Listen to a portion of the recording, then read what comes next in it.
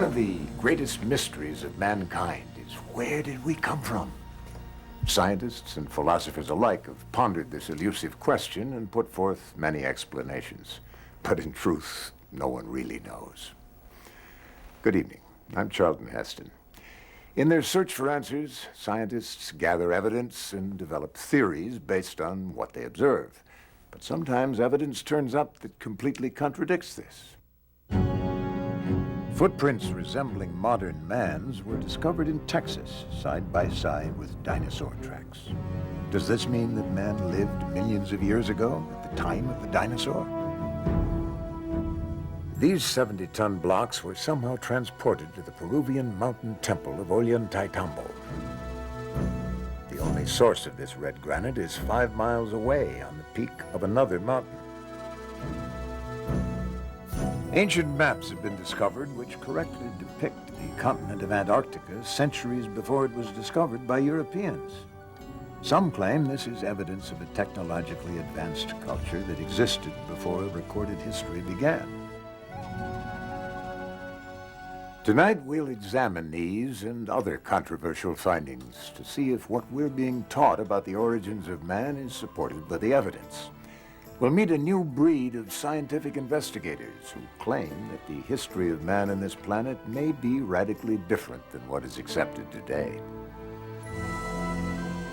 Before the 19th century, Western man looked to the Bible for an explanation of his origins. In the story of Genesis, God created man from the dust of the earth 6,000 years ago. But when man dug into the earth for answers, he found evidence that appeared to tell a different story. Evolution. In 1859, Charles Darwin published his book, The Origin of Species. This book put forth the revolutionary idea that all life on Earth could be explained by the workings of nature. Instead of a supreme being creating the diversity of life, the theory of evolution proposes that accidental changes in nature are the cause. These changes are governed by the process of natural selection. Survival of the fittest. Over the past 2 centuries, archaeologists have collected bones and artifacts that suggest there's a logical sequence of evolutionary steps from ape to man. Man's earliest relatives were ape-like beings who appeared around 25 million years ago. The first of those to walk upright emerged 20 million years later.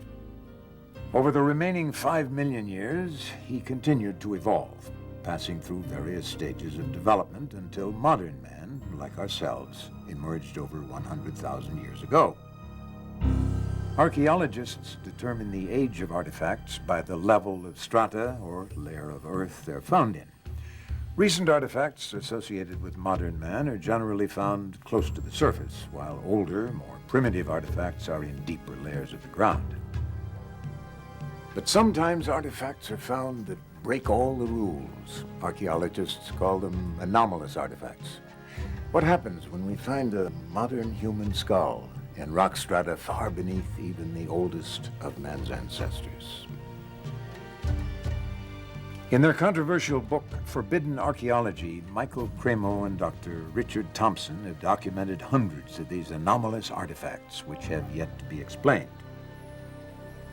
The basic body of evidence that we've uncovered in this book suggests that human beings of modern anatomical type have been existing for many, many millions of years into the past. In 1880, California state geologist J.D. Whitney was intrigued by an unexpected discovery made 300 feet under Table Mountain. While digging for gold, miners unearthed a variety of stone tools, such as mortar and pestles and ladles. Incredibly, the rock strata the tools were reportedly found in was dated as early as 55 million years old.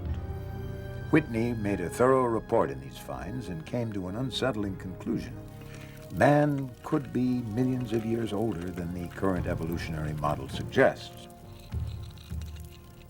This bizarre evidence seems to have been well documented, yet the general public and many within the scientific community are unaware of these controversial finds. The question is, why haven't we heard of these discoveries before? Oh, I think we're talking about a massive cover-up. As I said, over the past 150 years, these archaeologists and anthropologists have covered up as much evidence as they've dug up, literally. Basically what you find is something we call a knowledge filter. This is a fundamental feature of science. It's also a fundamental feature of human nature. People tend to filter out things that don't fit, that don't make sense in terms of their paradigm or their way of thinking. So in science, you find that evidence that doesn't fit the accepted paradigm tends to be eliminated. It's not taught, it's not discussed, and people who are educated in scientific teachings generally don't even learn about it. Conventional theory states that modern man originated in southern Africa around 100,000 years ago. From there, he migrated north into Europe and southern Asia, continued through Asia, and crossed the Bering Strait into the New World around 30,000 years ago. He then came down through North America and finally arrived in South America around 15,000 years ago. Yet numerous artifacts have been found across North and South America that are so old they threaten to completely overturn this theory. According to geologist Virginia Steen McIntyre, she was silenced at the height of her career because of her determination to report the facts. In the summer of 1966, a collection of stone tools, including this leaf-shaped spear point, was uncovered at Hoyatlaco, Mexico. To find out exactly how old the spear points were, a team of experts from the United States Geological Survey was called in to date them. When we first began to work on the Hueyatlaco site, we thought we had an old site. This was back in '66, and we thought it was perhaps 20,000 years old, and at that time that was considered a very old age for the site. We did what they call radiometric dates, which gives an actual date range, and we used two different methods to do that. One was using uranium atoms, another one was using little zircon crystals. When we finally got the dates and all the different methods we used to date it, it came out to be 250,000 years old. To tell you the truth, I would have been happy with a 20,000-year-old date. It would have made my career. It was very old for the time, but it wasn't so old that it was that controversial. People can take 20,000-year steps. They can't take steps that are over 200,000 years at one time. And I was rather naive. I thought, okay, we've got something big here, but I'm just going to stick with the date. We've got the information, we got the facts, let's get the facts out and go on from there. And I didn't realize it was going to ruin my whole career. According to Dr. McIntyre, because she stuck to the facts, all of her professional opportunities were closed off. She's not worked in her chosen field since. The site was closed and permission for further investigation was denied forever. It's not necessarily a deliberate conspiracy in the sense of some people getting together in a smoke-filled room and saying, we're going to deceive people. It's something that happens automatically within the scientific community. So when a given piece of evidence disagrees with the predominant theory, then automatically people won't talk about it, they won't report it, and that means that science fails to progress in the way that one would hope.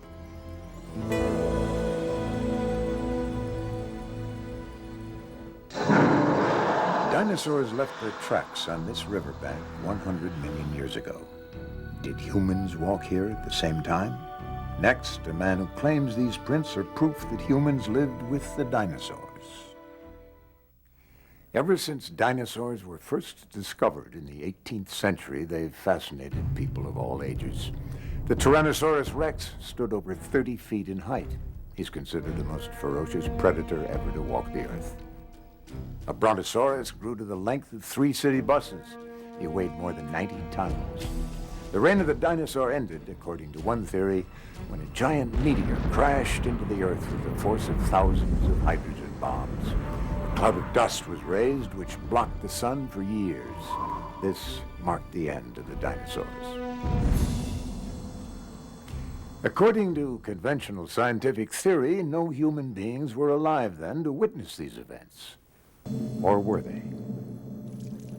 Over 100 million years ago, the limestone bedrock of the Paluxy River in Texas was a muddy plain.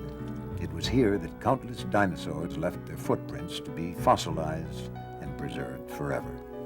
But the tracks of another creature have also been preserved in these banks, possibly the tracks of man. Archaeologist Carl Baugh has led the investigation of these controversial prints for over 12 years. My reaction was one of shock. I had heard of human footprints being found in this locale on the Biloxi near Glen Rose, Texas, but I was rather skeptical. And here, after removing actual rock layers, the team and I excavated a series of dinosaur footprints. And 18.5 inches from one of those dinosaur footprints, we excavated a 16-inch human footprint. We excavated 12 footprints in a series. And when you find a trail with left, right pace and stride, the right distance apart, then you have to interpret this as belonging to humankind. It's been claimed that the Biloxi River footprints are a hoax carved into the limestone bedrock as a tourist attraction. Well, we found trails leading under limestone ledges and actually removed the limestone ledges one slab of rock at a time. And we found that both the dinosaur footprints and the trail of human footprints continued under the rock ledges. This evidence is real. Today, many of the so-called human prints have fallen victim to erosion and the hands of vandals. But Carl Baugh is in possession of one of the most compelling prints ever found. What you were about to see is the most controversial artifact in his collection. I first saw the Burdick print on my initial visit to Glen Rose in 1984. My impression at that time was that it was too perfect. But it's clearly a human footprint demonstrating the heel section, the arch, the base of the metatarsals, the first or great toe, second, third, fourth, and fifth toe. After our examination of this print, we find that it definitely is in the Cretaceous limestone, in the same formation with the dinosaur footprints. Here we're looking at a cross-section, and we can see very obvious following contours under the great toe, and actually structures under each one. Where we see the calcite inclusion, the force was concentrated and produced these load-bearing structures, which are exactly what geologists look for. We have eliminated the idea that it's carved. It definitely is original impression in the sediment. This is said to be the fossilized finger of a human being. It too was reportedly found in the same strata as the dinosaur tracks, dating to over 100 million years old. It had what appeared to be a nail, what appeared to be a cuticle, a taper, a humanoid shape. After I saw the CAT scan, there was no longer any room in my mind for doubt. This scan shows the shape of the finger, it shows tissue beneath the skin of the finger, it shows the bone, it shows the joints, it shows a ligament. That tells me this is a human finger. The limestone layer that preserved these artifacts is reportedly dated at around 135 million years old. Yet, as we saw earlier, objects have been found in rock strata much older than this. In Klerksdorp, South Africa, hundreds of metallic spheres were found by miners in Precambrian strata, said to be a fantastic 2.8 billion years old. The controversy centers around the fine grooves encircling some of the spheres. Lab technicians were at a loss to explain how they could have been formed by any known natural process. According to the curator of the Klerksdorp Museum, Rolf Mars, these spheres are a complete mystery. They look man-made, yet at the time in Earth's history when they came to rest on this rock, no intelligent life existed. They're like nothing I've ever seen before. Author-researcher David Hatcher Childress has written numerous articles on the coexistence of humans and dinosaurs. I think that one of the solutions to the paradox of dinosaurs and people together and the vast discrepancy in time the whole timeline of millions of years versus only thousands of years can be explained in a cataclysmically geological view of the past, where rather than geological events taking place over millions of years, they take place more quickly, and what is 1,000,000 years on a geological time scale is in fact only, say, 1,000 years. And therefore it's going to bring all this dating much closer to us and make it possible so that in a scientific way, man and dinosaurs can have existed together in the past, and in fact, dinosaurs can still be alive today in small numbers in remote areas of the world. For instance, in 1977, a Japanese fishing boat off New Zealand brought up out of the water the carcass of what appeared to be a plesiosaur, an animal that should have been extinct for millions of years. Although the authenticity of this photograph has never been disproved, skeptics have claimed it's merely the body of a decomposing shark. We've seen a broad range of evidence, some of it highly speculative, but there are enough well-documented cases to call for a closer look at the conventional explanation of man's origins, the theory of evolution. England is the birthplace of evolution's first champion, Charles Darwin. Darwin's theory of evolution proposes that simple life forms, or species, evolve into more complex species by accidental changes over long periods of time. For example, given 5 million years, an ape can evolve into a man. Since Darwin's time, his theory has become central to our understanding of how man came into existence. It's almost universally accepted today. But according to science investigator Richard Milton, Darwin's theory of how man evolved from the apes has some critical problems. The building behind me is London's Natural History Museum. It looks rather like a cathedral or a church, and in a way that's what it is. It's a kind of temple to Darwin's theory of evolution.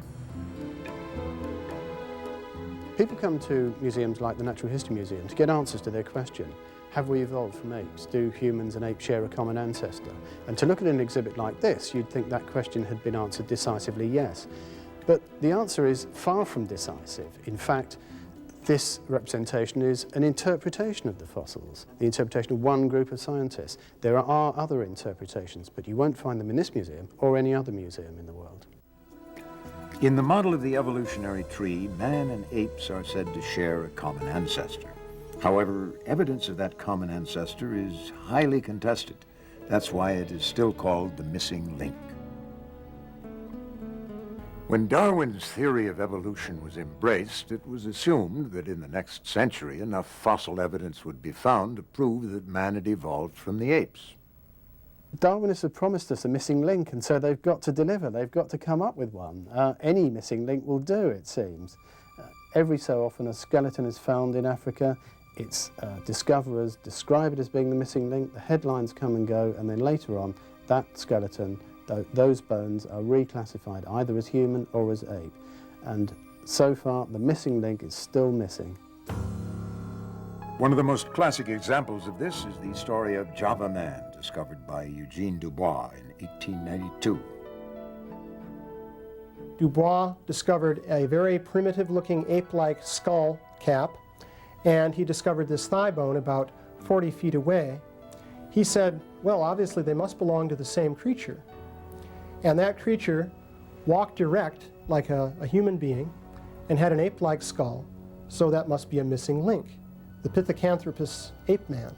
So maybe you had a big ape and a human being living together in Java about 1 million years ago.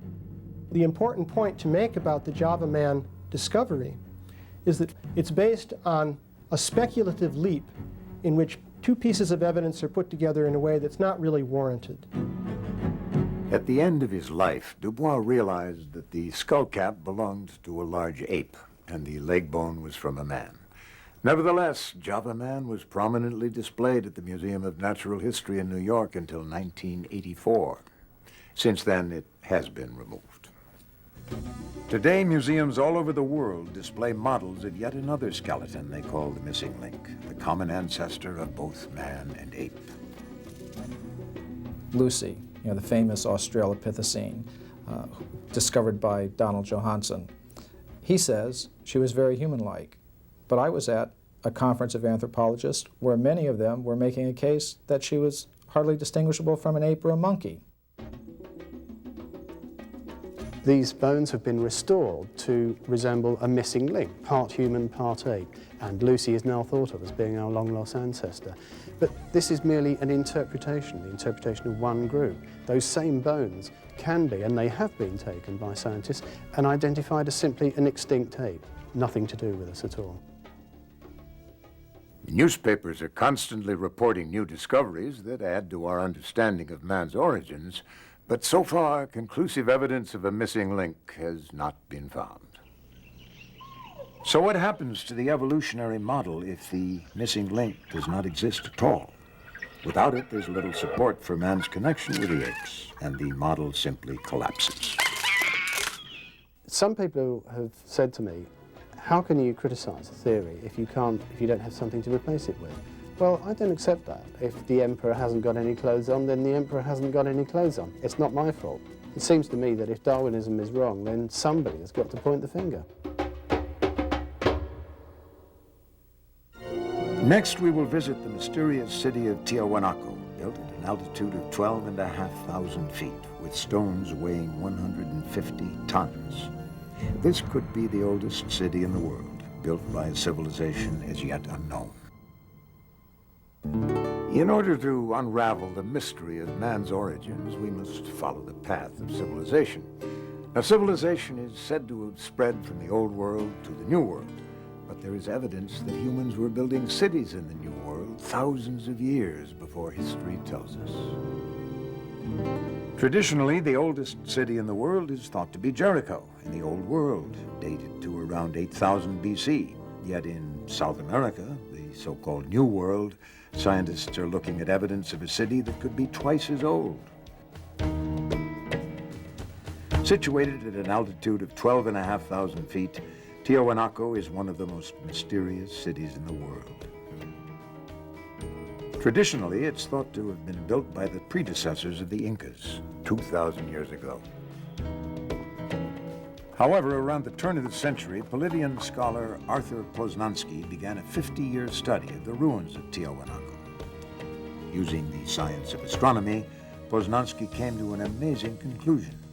He calculated that Tiahuanaco had been constructed more than 17,000 years ago, long before any civilization was supposed to have existed.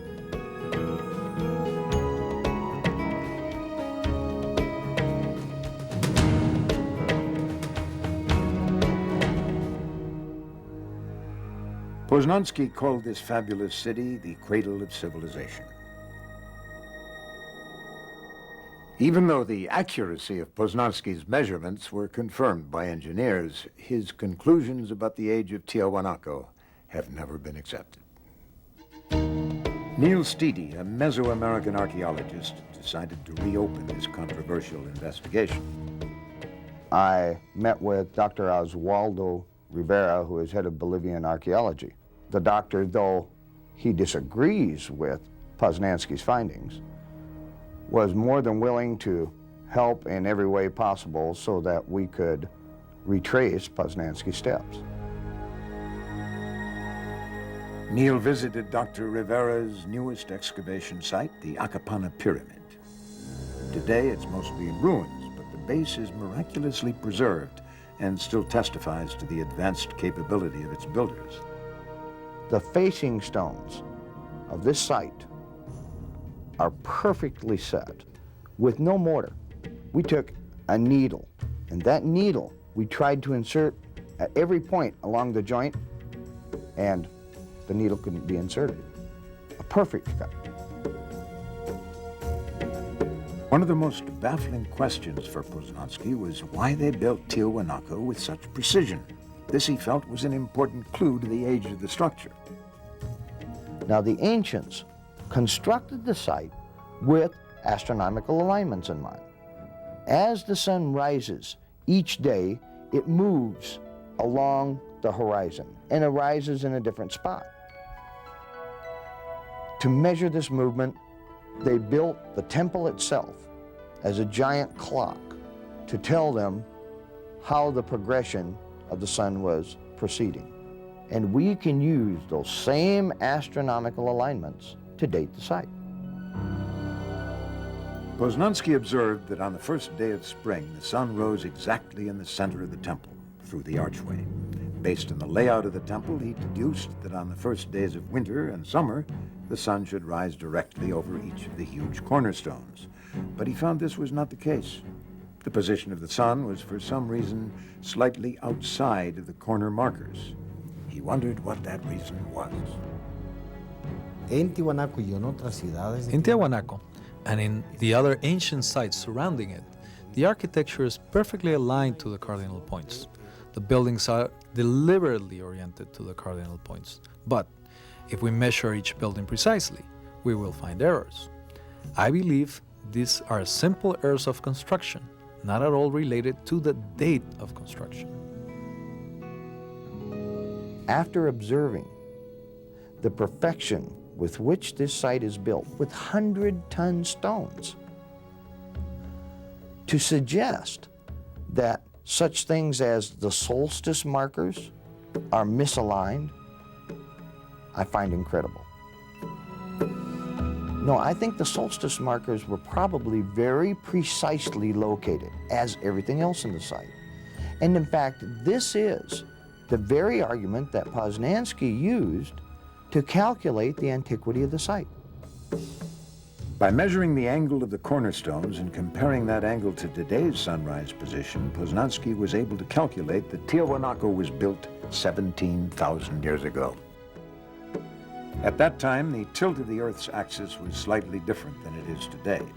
So the summer and winter suns would have risen directly above the ancient cornerstones.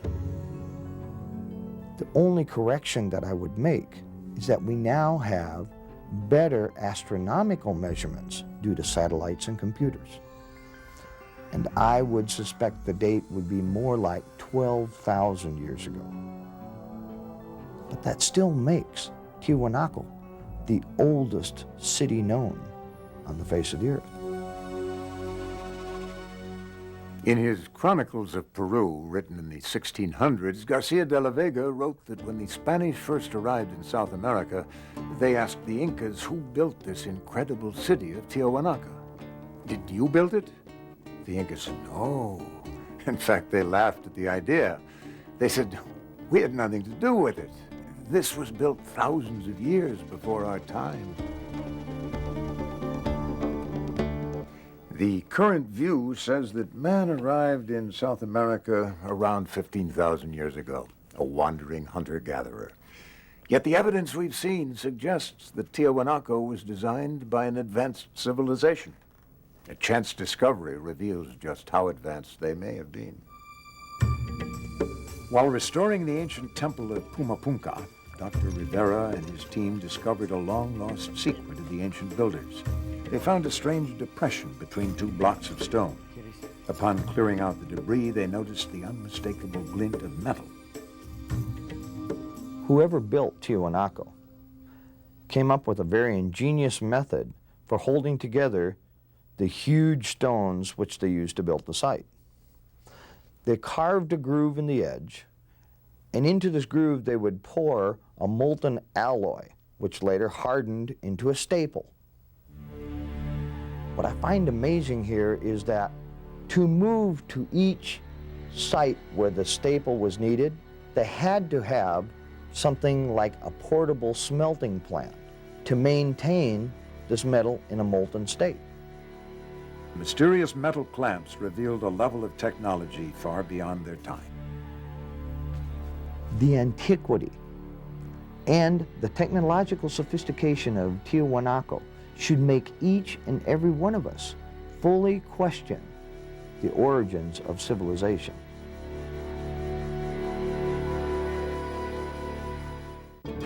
Where did the ancient Tiwanakans learn this complex process?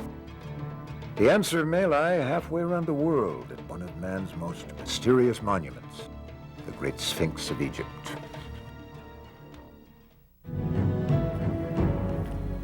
Is it possible that there was an advanced civilization on this planet thousands of years before history tells us?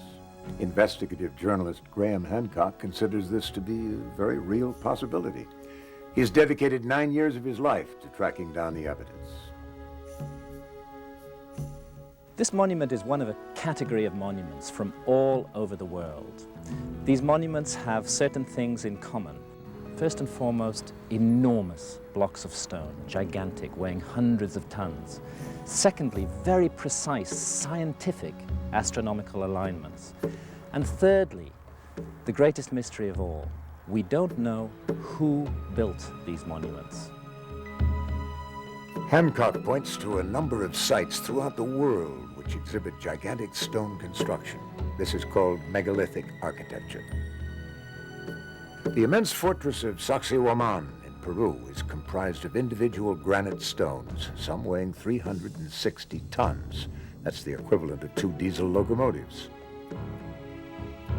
The Osirian in Egypt is made of tremendous pillars of red Aswan granite, some of which weigh over 100 tons.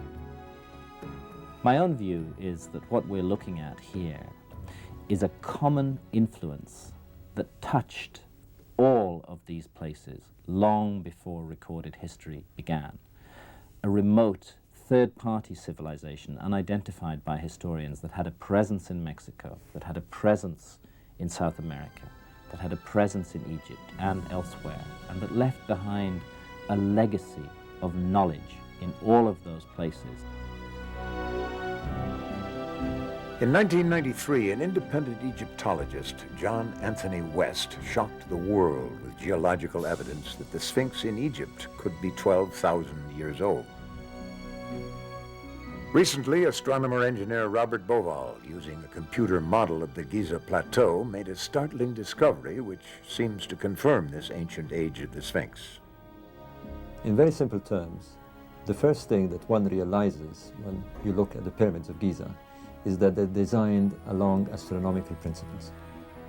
We're finding that the astronomy is leading us to conclude that the Sphinx was erected in 10,500 BC. And this matches exactly with the ideas that have been developed in the geological analysis of the Sphinx. So there are 2 hard sciences now indicating that the Sphinx could be very, very old, and going back to the 11th millennium BC. According to Graham Hancock, if Tiahuanaco and the Sphinx were both built around 12,000 years ago, they may have had a common source. Consider these similarities between the Americas and Egypt. Both have huge pyramids, precisely aligned to the cardinal points. Temples with megalithic stones, with extremely fine joints of less than a 50th of an inch. Both Egypt and the Americas used royal headdresses of similar style. Both employed a unique style of construction using L-shaped corners. Both used the same style of metal clamps to hold huge stones in place, and both cultures used the process of mummification to preserve and honor their dead. These compelling similarities between Egypt and the Americas suggest to some that a sophisticated group of seafaring people crossed the Atlantic thousands of years before Columbus. A collection of ancient maps suggests they may have had a knowledge of the world which has never been explained. In 1929, rolled up on a dusty shelf in a library in Constantinople in Turkey, a map was found. This map had been drawn in 1513 by a Turkish admiral, Admiral Piri Reis. The strange thing about this map is it shows features of the Earth that nobody in 1513 should have been able to know. Before the 18th century, sailors ran the risk of crashing their ships onto rocky coastlines because they lacked one thing, the ability to calculate longitude. For that, you need an extremely accurate clock. It wasn't until 1790 that the first accurate marine timepiece was invented, and sailors could pinpoint their position on the seas. Yet 250 years before this clock was made, Piri Reis had drawn a map which showed the coastlines of Africa and South America within a half a degree of longitude. And as Piri Reis himself told us, that knowledge was not his knowledge. It was knowledge that he'd borrowed and copied from earlier maps. And he stated on the map that it was based on more than 20 source maps and that some of these maps went back to the time of Alexander the Great, or even earlier, in other words, to before the time of Christ. So the mystery is, where did these source maps come from? Who charted the globe long ages ago with an accuracy that we ourselves can hardly match today? A professor of science, Charles Hapgood, was combing through the map room of the Library of Congress when he made a startling discovery. As my eyes fell upon the southern hemisphere of a world map drawn by Orontius Phineas in 1532, I had the instant conviction that I had found here a truly authentic map of the real Antarctica. The mystery of this map is it shows Antarctica as it looks under the ice long before Antarctica is even supposed to have been discovered. And perhaps the greatest mystery of all is that it shows the Antarctic Peninsula not as it looks today, covered by more than a mile of ice, but as it actually looks underneath that covering of ice. Now, we ourselves have only known what the land under the Antarctic Peninsula really looks like since 1958, when seismic surveys were taken across the ice cap. Hapgood put his theory to the test. He compared the Orontius Phineas map with a map of Antarctica as it looks covered with ice. The maps were similar, but details of the coastline were obscured by the ice. Then, using a map created by seismographic survey, he was able to compare the actual coastlines of Antarctica with the Orontius Phineas map. When the maps were overlaid, the similarities astounded him. The clearest deduction of all is that whoever drew up those original source maps thousands of years ago had a level of technology as high as our own. They had explored the whole globe from north to south and from east to west. So this is testimony of an advanced and as yet unidentified civilization in remote prehistory. A woolly mammoth was frozen so quickly that its last meal of buttercups remained fresh in its stomach for thousands of years. This sudden drop in temperature may be a clue to the disappearance of the unidentified civilization Plato called Atlantis. If a technologically advanced culture did live on the Earth thousands of years ago, what happened to them? The Greek philosopher Plato described an advanced civilization whose legend was preserved by Egyptian priests. As the story goes, Atlantis was a great empire of engineers and scientists who were in many ways more technologically advanced than we are today.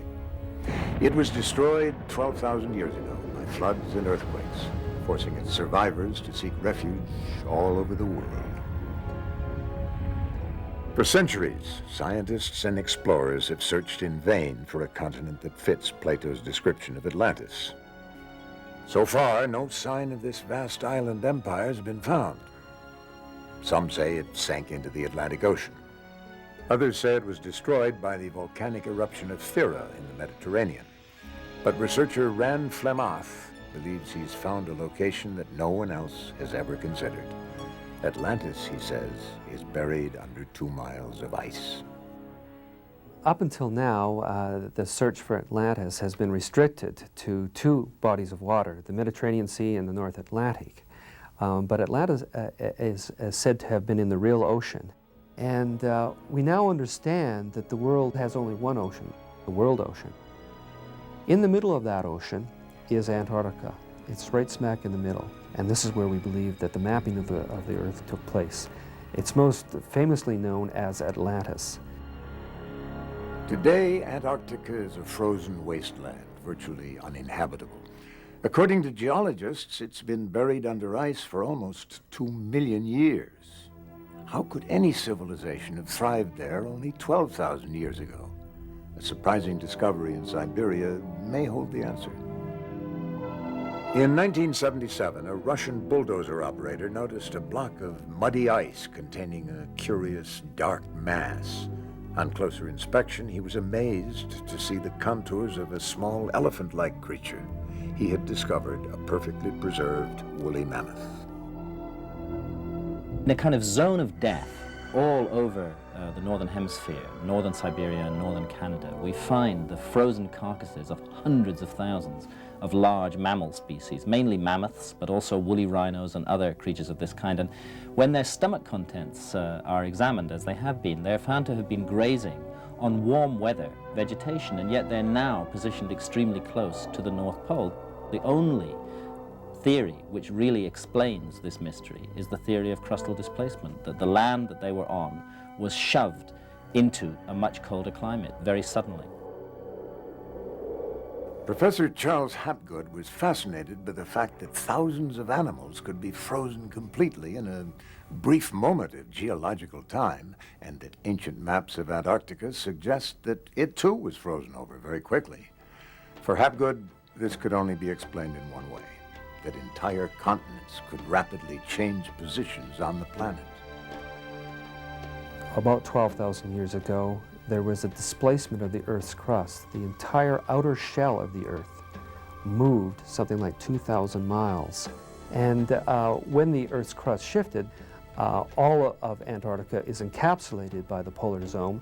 And at the same time, North America is released from the Arctic Circle and becomes temperate.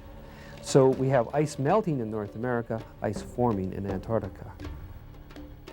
When Professor Hapgood first proposed this theory, it was met with silence from the scientific community, with one notable exception, Dr. Albert Einstein.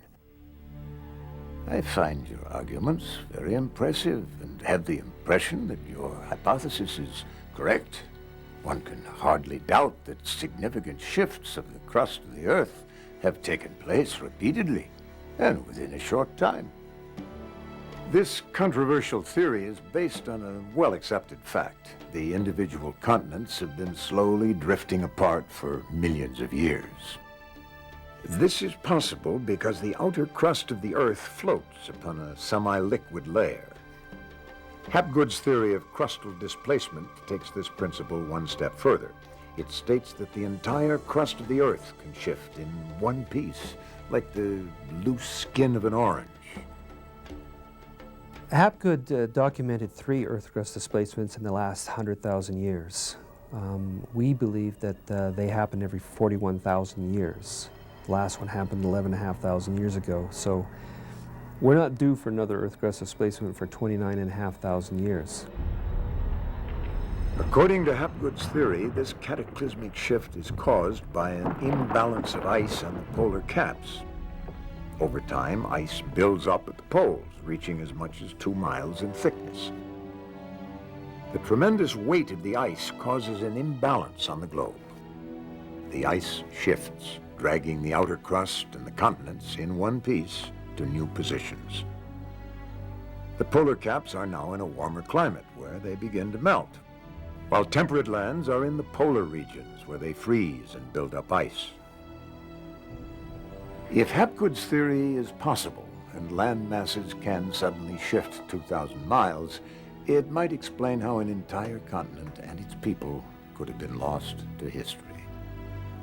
I am convinced by the evidence that we are a species with amnesia. We have forgotten something of great importance from our own past.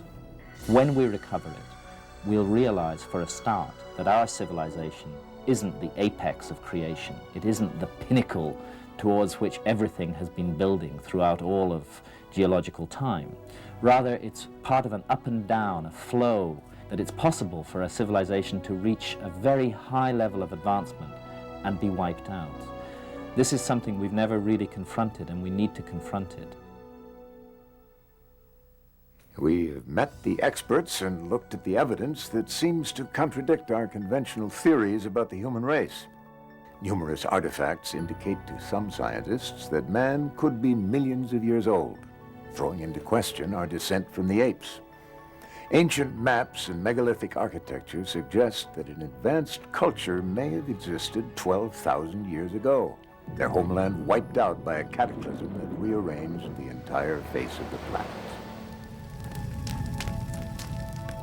It's been said that man has made the climb from Stone Age to civilization more than once, and that our present time is just the latest in this cycle. But only if the evidence is allowed to speak for itself will we ever learn the truth about the mysterious origins of man.